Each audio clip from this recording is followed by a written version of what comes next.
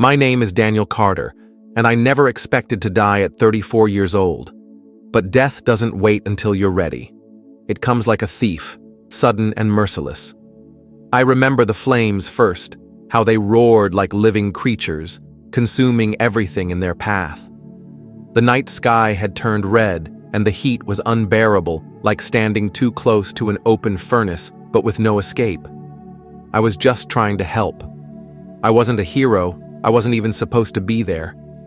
But when you hear screams echoing through the streets and see people trapped inside their homes, you don't think, you just act. I had just pulled a woman and her son from a burning car. They were coughing, barely able to stand, but alive.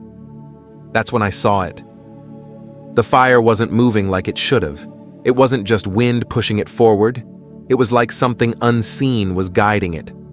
I swear, if I live to tell the world about this, I will say it again and again. That fire wasn't normal. Then came the explosion. A gas line, I think. The impact threw me through the air like a rag doll. I felt the ground slam into me, my ribs cracking, my head spinning, my vision blurred. I tasted blood.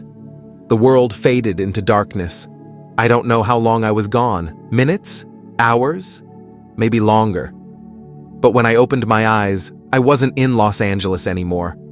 I wasn't even in this world. There was no pain, no fire, no screams, only silence. And then, light. Not just any light, the kind that feels alive, that doesn't just shine but pulses. It surrounded me, warm but not burning, bright but not blinding. I stood up, though I didn't remember falling. My body felt weightless, free from the aches and bruises I should have had. I turned in every direction, but there were no buildings, no people, no sky, only an endless golden field stretching out forever. The grass swayed gently, though I felt no wind. The air smelled sweet, pure, like the earth itself had never known pollution or smoke. I should have been afraid, but I wasn't. Then I felt it, a presence. I turned, and he was there. Tall, dressed in a robe white as fresh snow, glowing with a brilliance I can't describe. His face, I knew his face before I even saw it. Not from pictures or paintings, but from something deeper. It was him. Jesus. He didn't speak, not with words, but somehow I heard him, not in my ears, but in my soul. What you saw was not just fire. It was a warning. It was a reckoning. A chill ran down my spine. I wanted to ask what he meant, but before I could, everything around me changed. Suddenly, I was no longer in the golden fields. I was floating above Los Angeles. But this wasn't the city I knew. It was burning. Not like a wildfire, not like a disaster. This was deliberate. The flames weren't spreading randomly. They were targeted, moving in a way that defied nature. Whole neighborhoods were swallowed in an instant while others remained untouched. And then I saw something horrifying. Beneath the smoke, shadows moved. They weren't firefighters. They weren't civilians. They were something else. Figures with no faces, shifting through the fire like it belonged to them. I turned to Jesus, my heart pounding. "What is this?" I asked. "Who are they?" His eyes were sad, but firm. "They have done this before," he said, "and they will do it again." I felt sick. My mind raced. Done this before? Who? How? I wanted to ask more, but the scene shifted again. This time, I stood in a massive, luxurious mansion. High ceilings, expensive art, crystal glasses filled with wine. And in the distance, the fires of Los Angeles raged on. The people in the mansion were watching it happen. Some stood by the windows, drinking, laughing, completely unbothered. Others whispered in hushed tones, their eyes glinting with something darker than the night outside. I felt my stomach drop. They knew. They knew it was happening, and they weren't stopping it. One of them, A man in an expensive suit swirled his drink and smiled. "Right on schedule," he murmured. Right on schedule? What did that mean? I turned back to Jesus, desperate for answers, but his expression remained calm. "Now you see," he said. "Now you understand." My mind was screaming. Understand what? That people were evil? That the world was corrupt? I already knew that. But then, he said something that shook me to my core. There is only one way to stop it. The fires, the shadows, the hidden hands pulling the strings, the destruction, the loss, the suffering. Only one way. I swallowed hard. My throat felt tight. I wasn't sure I was ready to hear it. But Jesus only looked at me with a quiet certainty, waiting. And then, just as suddenly as I had arrived, I was pulled back. Everything went black. I was falling. Not through air, not through darkness. Through time. Through reality itself. The golden fields were gone. The presence of Jesus was fading, and in its place, chaos erupted around me. Heat slammed into my body like a tidal wave, the kind that doesn't just burn skin, but boils the soul. My ears filled with the violent screams of wood splitting, metal twisting, glass shattering, an orchestra of destruction.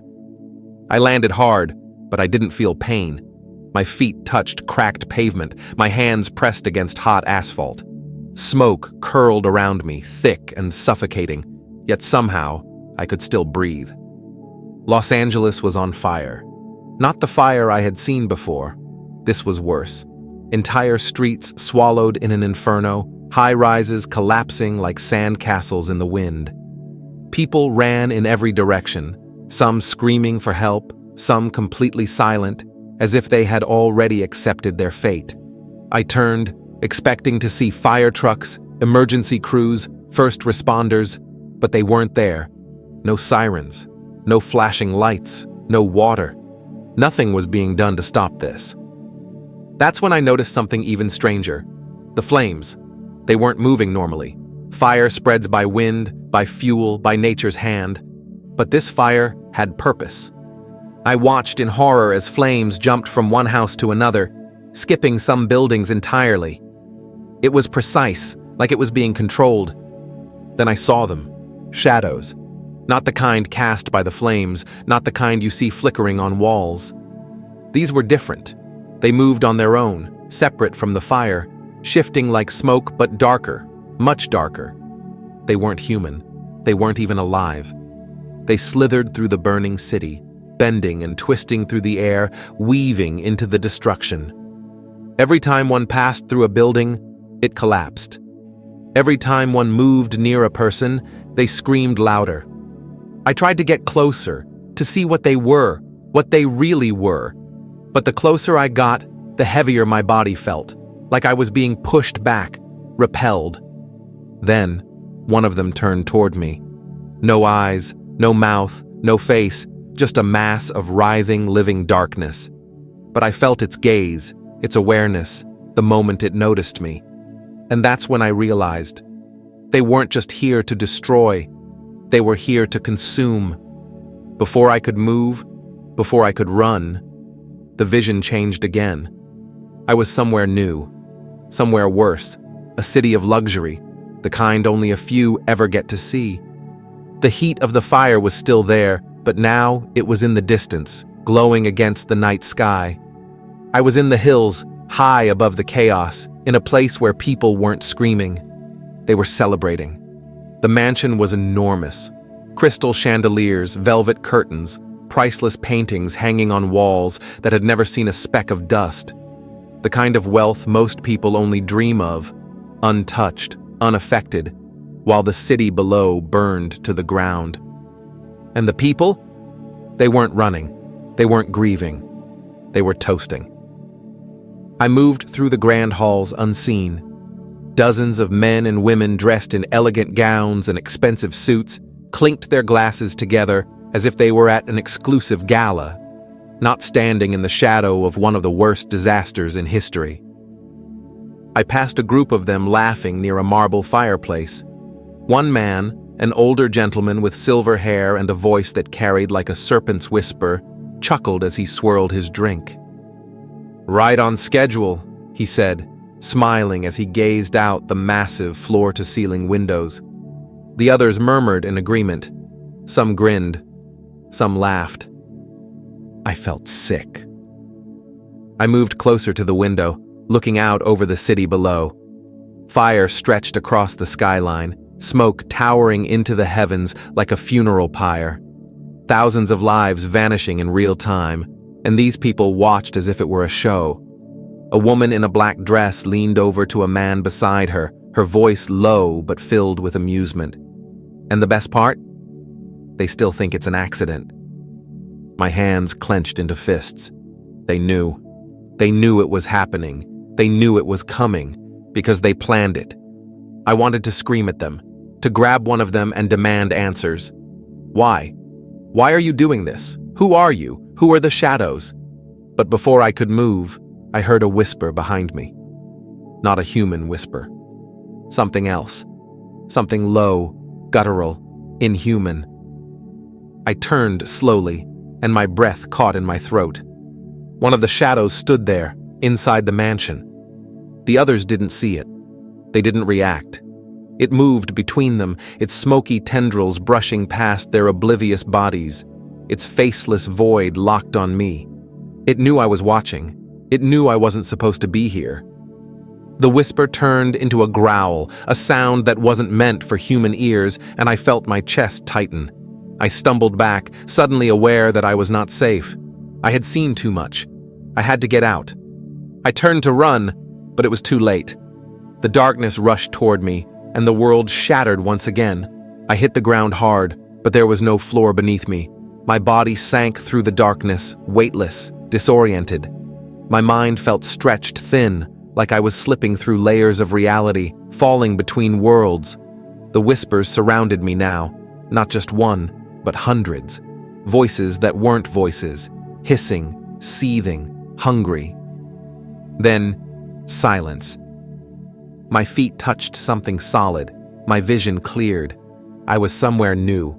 The flames were gone. The city was gone.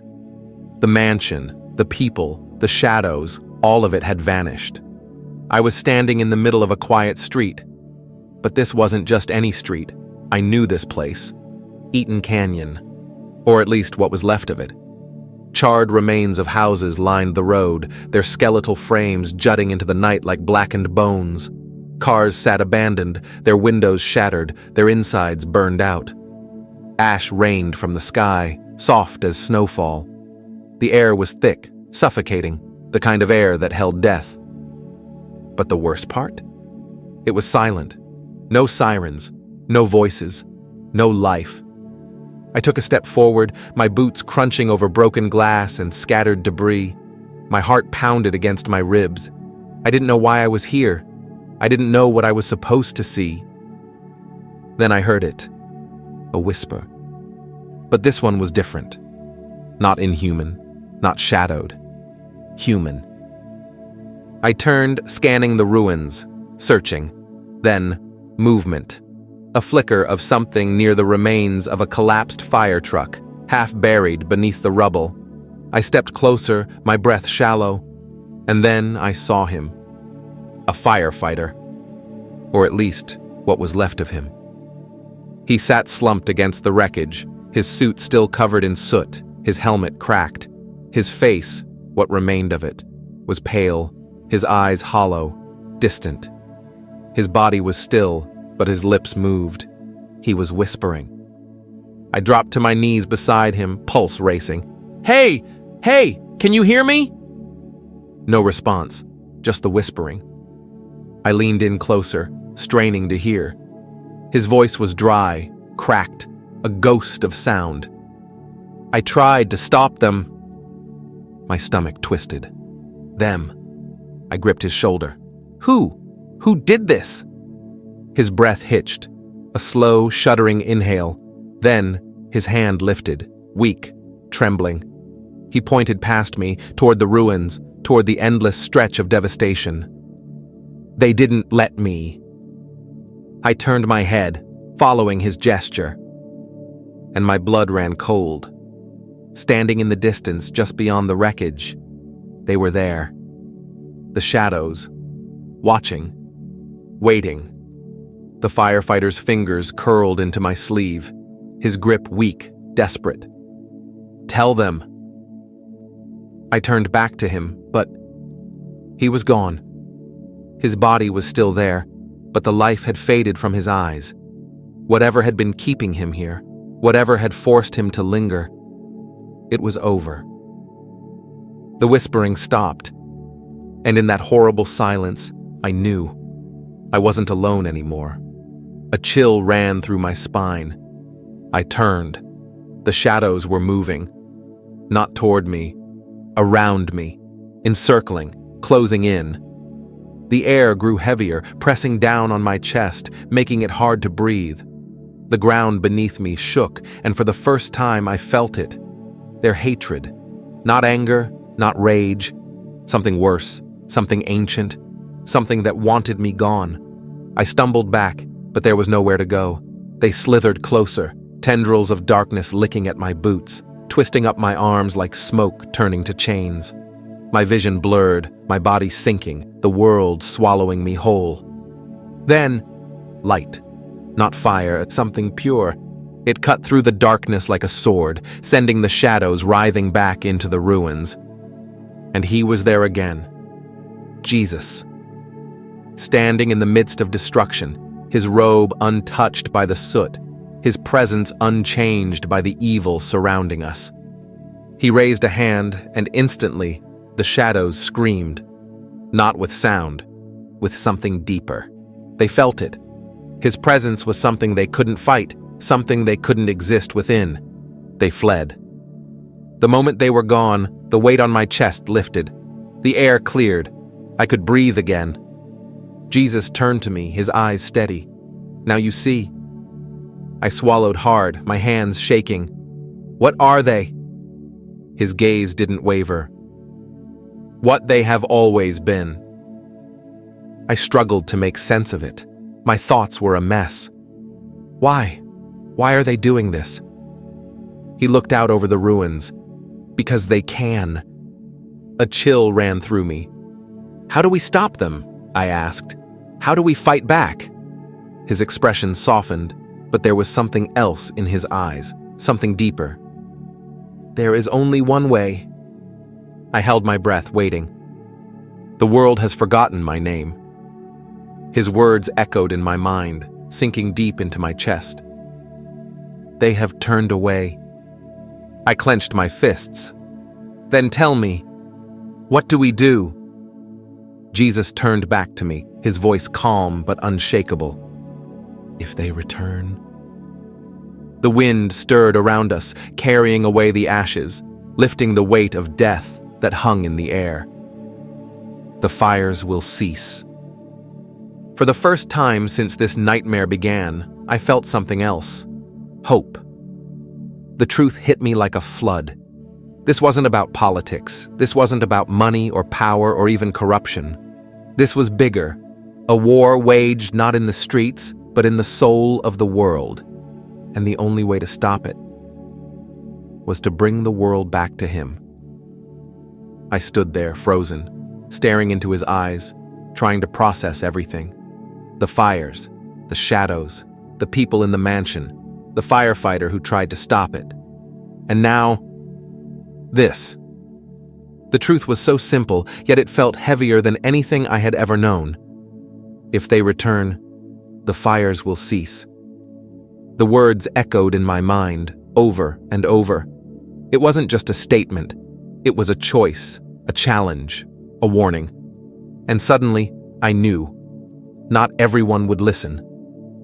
I swallowed hard, forcing my voice to work. What if they don't? Jesus' gaze didn't waver. He didn't need to answer. I already knew.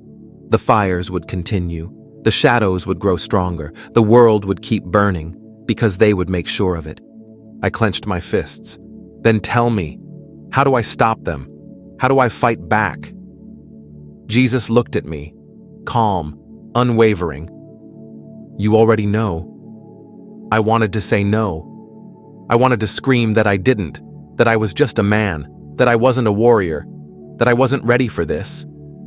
But deep down, I did know, and that terrified me. The wind picked up around us, lifting the ashes, clearing the air. The weight in my chest slowly lifted. Jesus raised a hand, and suddenly, I was falling again. I hit the ground hard. A sharp gasp tore from my throat as my body jerked back to life. My lungs burned, my skin ached, and a machine beside me started beeping like crazy. I was back. I was alive. My vision was blurry, my mind spinning. I tried to sit up, but a stabbing pain shot through my ribs, forcing me back down. Then, voices. Rushed footsteps, bright hospital lights. "He's awake! Get the doctor!" The room blurred with movement, nurses, doctors, people scrambling, but none of it mattered. I remembered. Every word, every image, every shadow. I turned my head, ignoring the pain. A television screen in the corner of the room flickered, playing the news. Another fire, another neighborhood engulfed in flames, more people lost. It wasn't over. It wasn't going to stop. Unless a sharp breath shuddered through me. I forced myself to sit up, ignoring the protests of the nurse beside me. "I need a phone," I croaked. My voice was weak, but my resolve was stronger than ever. The nurse hesitated. "You need to rest." "No." I met her eyes. "I need a phone. Now." She didn't argue this time. A few minutes later, a phone was in my hands. My fingers trembled as I dialed the number. The phone rang. Once. Twice. Then, "Daniel?" I exhaled sharply. "Jason, listen to me. I don't have time to explain everything, but you need to help me. We have to get the truth out there." A pause. "What are you talking about?" I closed my eyes. How could I even explain this? That the fires weren't just accidents? That something darker was behind them? That we were being warned and no one was listening? That the only way to stop it was to bring the world back to God? I opened my eyes, staring at the news screen, at the flames swallowing another city block. "Jason," I said, my voice firm, "I saw something. I know why this is happening. I know how to stop it. But I can't do it alone." Silence. Then, a breath. "Tell me everything." And so I did. Days passed, then weeks. I told my story, first to Jason, then to others, then to the world. I shared everything. What I saw, what I heard, what Jesus told me. Some people laughed, called me crazy, said it was just a dream or a near-death hallucination. But others, they listened. And then something incredible happened. Churches began to fill again.